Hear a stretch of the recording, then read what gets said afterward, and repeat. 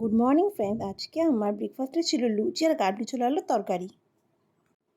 লাঞ্চে আমি বানিয়ে নিয়েছিলাম একটু বিরিয়ানি। অনেকদিন ধরে ইচ্ছা করছিল বিরিয়ানি খেতে। বিকেলবেলা বেরিয়ে পড়েছিলাম একটু ফুচকার মজা নিতে। বিকালে তোমরা কে কে ফুচকা খেতে ভালোবাসো জানিও। তারপর আস্তে আস্তে একটা কুর্তি পছন্দ হয়ে গেল, দোকান থেকে এই কুর্তিটা কিনে নিলাম। যাক, এত গরমে আজ একটু বৃষ্টি দেখাও মিলল, আর প্রচণ্ড মেঘও ডাকছে। আশা করি আজকে রাত্রে ঘুমটা খুব ভালোই হবে, ঠান্ডা ঠান্ডা ওয়েদার বলে কথা।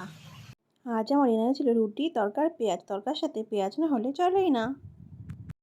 অনেক রাত হয়েছে, ঘুমাতে যাওয়ার আগে একটু পড়াশুনো করে নিই। ছোটোবেলায় মা বলতো ঘুমাতে যাওয়ার আগে আমরা যেটা পড়ি সেটাই নাকি মনে থাকে।